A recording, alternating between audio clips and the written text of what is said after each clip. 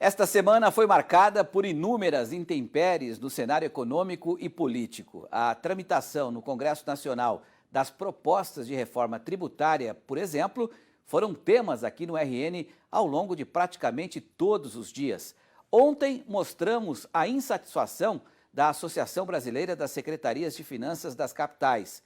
Hoje, a posição contrária às propostas veio da AproSoja Brasil. O texto assinado pelo presidente da Associação Brasileira dos Produtores de Soja, Antônio Galvão, afirma que toda reforma que venha a corrigir distorções, promover o equilíbrio fiscal e gerar desenvolvimento e renda à população é bem-vinda e necessária, mas a entidade considera as propostas de reforma tributária em tramitação no Congresso Nacional, principalmente o projeto de lei 2.337 de 2021, que altera o imposto de renda das pessoas físicas e jurídicas, traz uma série de impactos negativos para o setor produtivo rural. Afirma ainda que a proposta vai inibir empreendedores de todos os setores da economia, inclusive os produtores rurais, de optarem pelo enquadramento como pessoa jurídica e de ampliarem seus negócios, gerarem mais oportunidades de trabalho e profissionalização da atividade. E finaliza afirmando que aprovar o texto atual é o equivalente a jogar um balde de água fria na recuperação econômica e frustrar avanços legislativos recentemente conquistados. Um verdadeiro desserviço para o país no momento atual. Vamos continuar nesse tema tão importante, já que nesta semana o Congresso Nacional retomou suas atividades. E além do projeto de lei que citamos aí da AproSoja, essa discordância da AproSoja, outras propostas que compõem o pacote da reforma tributária tiveram avanços de tramitação. Por exemplo, na noite de ontem, o Senado aprovou o PL 4.728 de 2020, que cria o Programa Especial de Regularização Tributária, também chamado de Passaporte Tributário ou Refis. Demais propostas, como que cria a Contribuição sobre Bens e Serviços e a PEC, que promove a unificação de impostos federais, estaduais e municipais, não tiveram avanços. Quem está aqui com a gente para falar sobre o tema é o advogado tributarista e vice-presidente da Academia Brasileira de Direito do Trabalho, que vai nos ajudar a bater esse papo também, é o nosso comentarista Miguel Daúde, sempre nesse novo formato do RN, nessa dobradinha.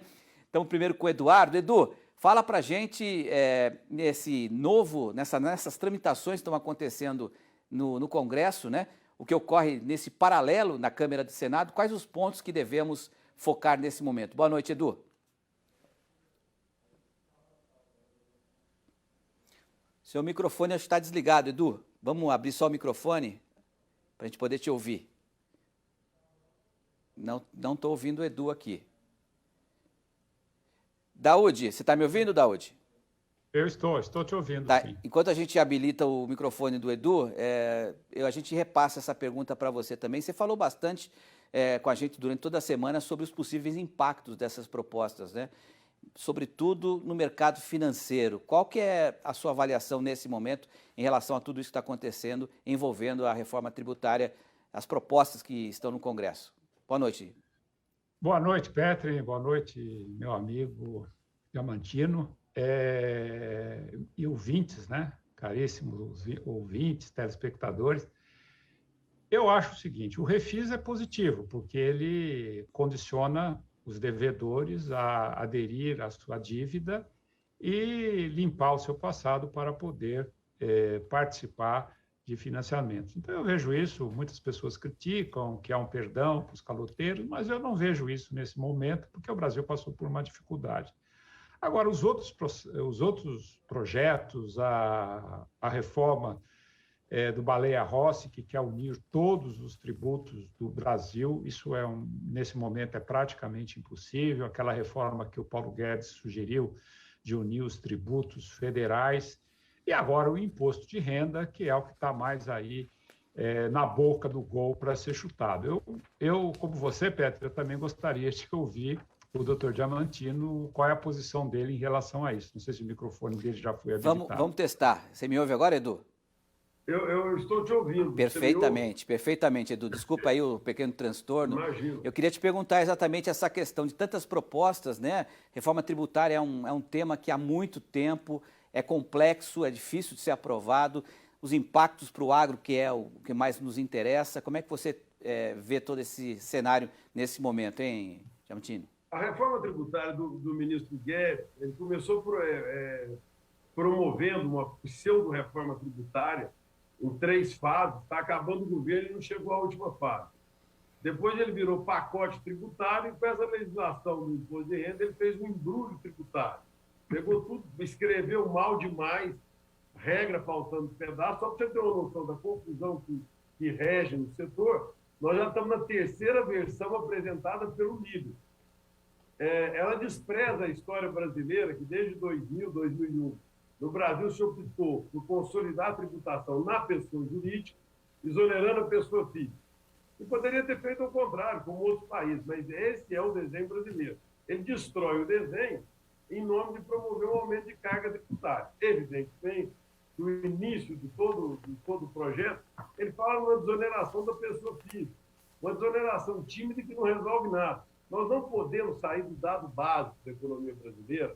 O Brasil deve ter em torno de 3 milhões de empresas no simples, 300 mil no prejuízo e 30 mil no presumido e 3 mil no lucro real. As 3 mil do lucro real devem responder por 50%, 60% da carga tributária.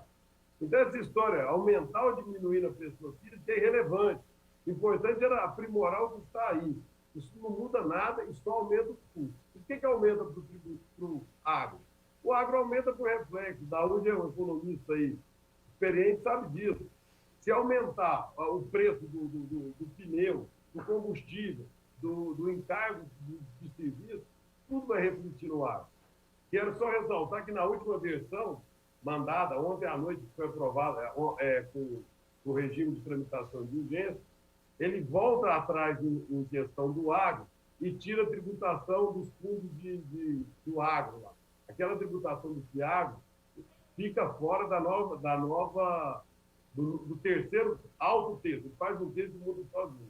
Vamos ver o que vai acontecer. Mas como sempre. Aliás, é unanimidade, só para terminar, Sim. É unanimidade que ninguém gosta da reforma tributária. Dessa vez, nem a Receita, nem o contribuinte, de maneira geral. Obviamente, cobertor curto, né? Reforma tributária não vai ser bom para ninguém. Daúde, você tem alguma questão para falar com o nosso convidado aí? Tenho. Eu tenho uma opinião bem objetiva em relação a essa reforma. Eu não consigo ver, Diamantino, nenhuma reforma tributária ou qualquer reforma se você não fizer a reforma da federação, dos entes federativos. O que significa isso? O que os municípios farão, o que os estados farão e o que a União fará em relação à carga tributária. Sem isso, você não faz reforma. Essa reforma do imposto de renda, os municípios e os estados não estão satisfeitos. Então, eu vejo com muita clareza que essa reforma não vai sair. Se criou uma expectativa muito grande, como você colocou, foi uma salada, uma coisa atabalhoada, uma hora é uma coisa, outra hora é outra. Enfim, quer dizer, não tem objetividade. Na minha opinião, gostaria de ouvir você, Diamantino, que tem uma experiência muito boa, se há espaço jurídico, legal, que possa vir fazer com que os parlamentares aprovem essa reforma ou essas reformas que estão aí. Na minha opinião, não teremos reforma tributária, o produtor pode ficar tranquilo, porque o projeto está muito ruim. O projeto tem vários defeitos de redação e muitas inconstitucionalidades, mas eles foram muito inteligentes, porque eles só vão mexer em lei ordinária, né? Não tem mais fórum qualificado para norma constitucional. Então, por isso, do ponto de vista estritamente legislativo, eu acho que existe alguma possibilidade de ser aprovado.